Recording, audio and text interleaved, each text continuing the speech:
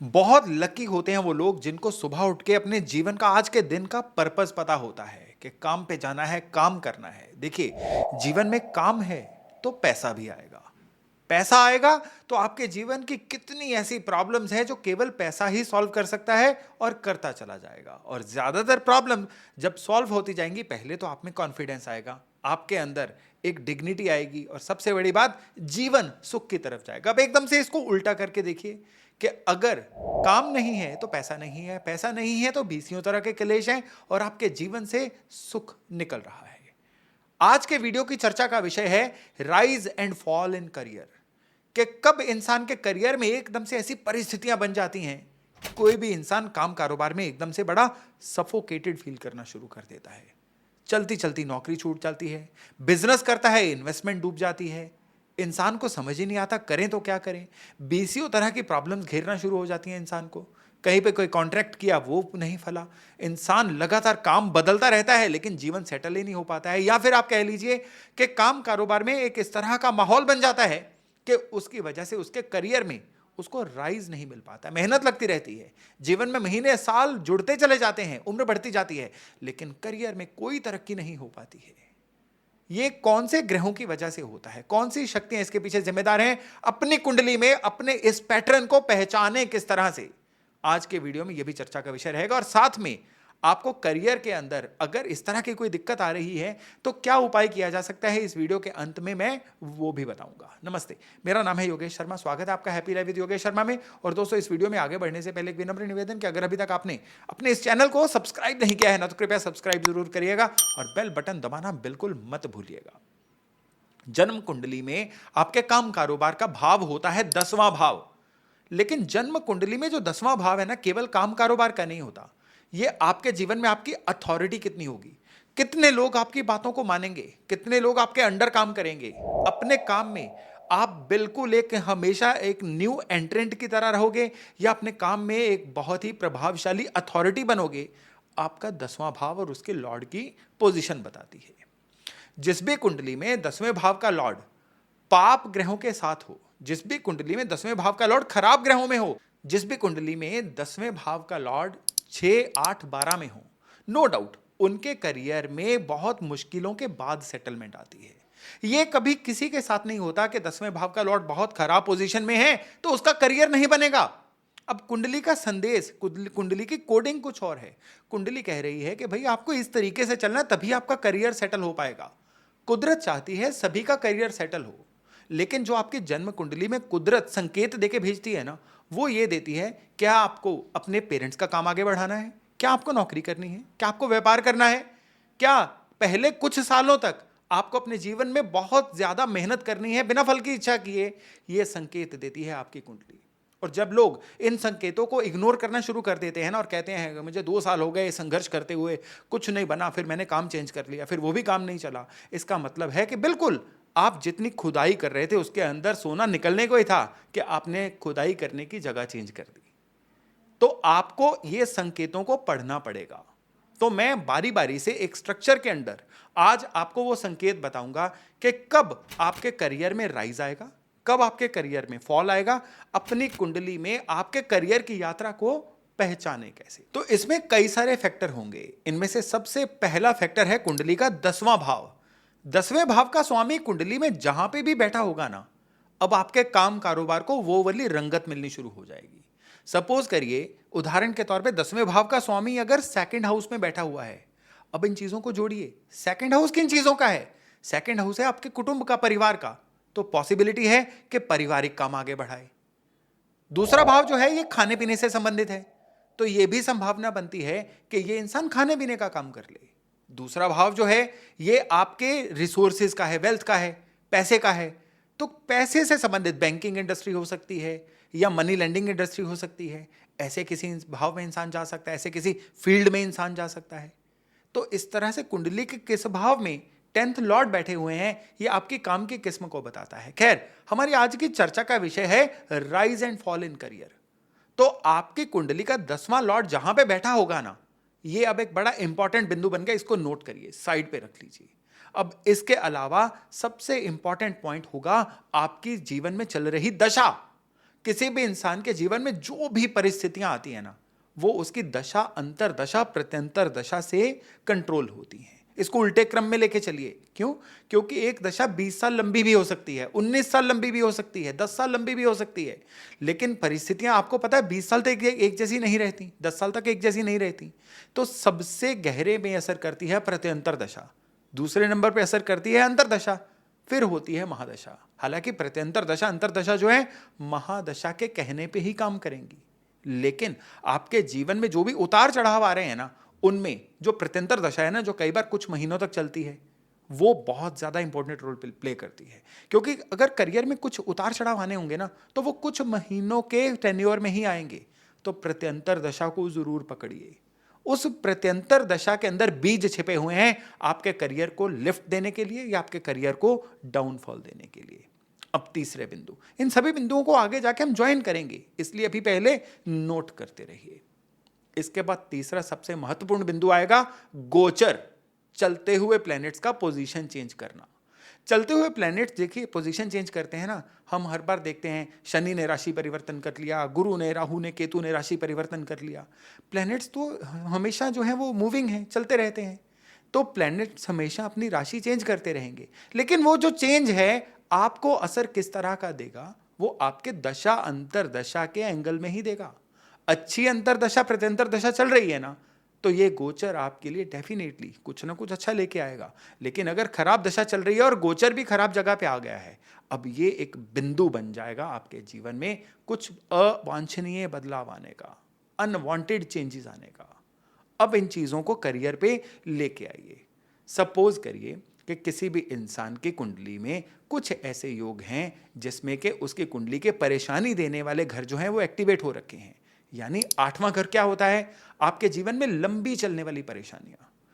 8वें घर का स्वामी अगर आपके करियर के भाव में यानी कि 10वें भाव में है, तो ये आपके जीवन में लंबी चलने वाली करियर की परेशानियों का सूचक है। लेकिन ये सदा नहीं चलेंगी। ये जो प्लेनेट है ना, इनकी दशा अंतरदशा जब आएगी, वो ट्रिगर पॉइंट आ गया।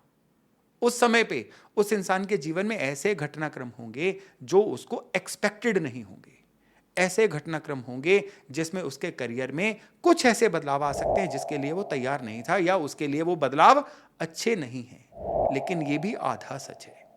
ये चीजें तभी कंप्लीट होंगी जब गोचर इस चीज में इन चीजों का साथ देगा। चलते चलते जो खराब प्लैनेट्स हैं ना, जैसे राहु या केतु, ये उस इंसान के करियर के भाव को प्रभावित करेंगे, तो ये चीजें एक्टिवेट होंगी। नहीं तो कब खराब दौर आया, कब थोड़ी सी ही दिक्कत देके निकल गया, पता भी नहीं चलेगा। अब गोचर में एक बड़ा इंपॉर्टेंट पॉइंट है, और ये जो इंपॉर्टेंट पॉइंट है ये मैं नॉर्मली अपनी क्लासेस में स्टूडेंट्स को देता हूं। आज आपके लिए मैं पब्लिक प्लेटफॉर्म पे इसको लेके आया हूं। ये मेरा पॉइंट नहीं है, ये बिल्कुल हमारे टेक्स्ट में है, लेकिन अभ्यास में कहीं ना कहीं लोगों से इग्नोर हो चुका है। वो है कि आपकी कुंडली का केतु, केतु जो प्लेनेट है ना, ये है आपको किसी भी चीज से डिटैच करने का। केतु जो प्लेनेट है इसको हम आरी कटर बोलते हैं। तो केतु जो है वो आपके बर्थ चार्ट में जहां पे भी है ना, इस पोजीशन को मार्क कर लीजिए। अब चलते चलते शनि, शनि क्या है? शनि तो आपके काम कारोबार के नेचुरल कारक हैं। जन्म कुंडली में शनि चलते चलते जब भी आपके केतु के ऊपर से निकलेंगे, यानी कि कुंडली में जहां पे केतु हैं, चलते चलते शनि जब भी उसके ऊपर से निकलेंगे, वो एक फेज होगा जब आपके काम कारोबार में बहुत बड़े परिवर्तन आएंगे। और अगर दशा अंतर दशा इसका साथ दे दे तो ये परिवर्तन जो है 90 डिग्री तक काम को चेंज कर देते हैं। और अगर दशा अंतर दशा साथ ना भी दे तो भी वो जो 2.5 साल होते हैं ना, काम कारोबार में चेंजेस तो आके ही रहते हैं। और ये चेंजेस राइज भी हो सकते हैं, फॉल भी हो सकते हैं। ये डिपेंड करेगा कि आपकी कुंडली के अंदर योग कैसे बन रहे हैं, आपकी उस समय दशा अंतर दशा जो है अच्छे प्लैनेट्स की चल रही है कि खराब प्लैनेट्स की चल रही है। अब इन चीजों के अलावा सबसे बड़ी बात होती है शनि की कई पोजीशंस। शनि लगन से निकलेंगे तो ये आपके काम कारोबार को वृद्धि देंगे। नॉर्मली शनि जब लग्न से निकलते हैं ना, तो लोग डरते हैं कि कोई ना कोई परेशानी आएगी। लेकिन यही शनि जब चंद्रमा के ऊपर से निकलेंगे तो ये आपके काम कारोबार को कोई ना कोई मुश्किल में डालेंगे। शनि का हर घर से निकलना आपके काम कारोबार में कोई ना कोई चेंज लेके आता है। वो चेंज बड़े भी हो सकते हैं और वो इतने छोटे भी हो सकते हैं कि वो आपको पता ना चले। ये डिपेंड करता है कि आपकी कुंडली में शनि है कैसे। और जितने अच्छे शनि होंगे तो शनि का गोचर उतने अच्छे चेंजेस लेके आएगा। शनि जितने खराब होंगे ना, गोचर में चलते चलते शनि उतने परेशानियां लेके आएंगे। चंद्रमा से एक घर पहले, चंद्रमा के ऊपर, चंद्रमा के एक घर बाद जब शनि निकलते हैं ना, ये काम कारोबार में बड़ी तरह के चैलेंज लेके आते हैं। वो चैलेंज आपके करियर में राइज या फॉल कब लेके आएंगे? जब दशा अंतरदशा भी खराब प्लैनेट्स की चलेगी तो फॉल लेके आएंगे। अगर दशा अंतरदशा बहुत अच्छे प्लैनेट्स की चल रही है ना, शनि बदलाव तो लेके आएंगे, लेकिन ये बदलाव 100% आपकी फेवर में होंगे। तब हो सकता है कई लोग नौकरी छोड़ के अपना बिजनेस कर लें, कई लोग हो सकता है बिजनेस में कुछ ना कुछ एक्सपेंशन कर लें, कई लोगों की अर्निंग कैपेसिटी बहुत बढ़ सकती है ऐसे फेज में। अब इसके अलावा फिर बारी आती है थोड़े से और टेक्निकल हो जाने की। क्या टेक्निकल हो जाने की? डिविजनल चार्ट्स में जाने की, जिसको हम कहते हैं वर्ग कुंडली। वर्ग कुंडली में जो D10 चार्ट होता है, जिसको दशांश चार्ट बोला जाता है, ये बहुत इंपॉर्टेंट रोल प्ले करता है ये डिसाइड करने में कि आपके करियर की यात्रा सुगम रहेगी कि दुर्गम रहेगी, अच्छी रहेगी कि खराब रहेगी। जो डिविजनल चार्ट होता है ना, इसमें जो D10 चार्ट, जिसकी दशांश चार्ट, करियर से जुड़ा हुआ चार्ट, इसमें जो भी आपको लग्न मिला हुआ है ना, ये आपकी नियत बताएगा कि आप काम कारोबार किस नियत से करते हो। इमोशन से जोड़ के करते हो, सिर्फ पैसा कमाने के लिए करते हो, केवल दिखाने के लिए करते हो, आपके मन की इच्छा क्या है, ये आपके डिविजनल चार्ट का जो लग्न है ना, वो बताता है। और जब भी कोई खराब गोचर आएगा ना, तो सबसे पहले उस चीज को हिट लगती है। अगर आप अपने प्राउड के लिए काम करते हो, प्राउड पे हिट लगती है। अगर आप पैसा कमाने के लिए काम करते हो, तो खराब गोचर में आपके पैसा कमाने की कैपेसिटी को हिट लगती है। अब इसके अलावा डिविजनल चार्ट्स में भी आपको 10वां भाव देखना है।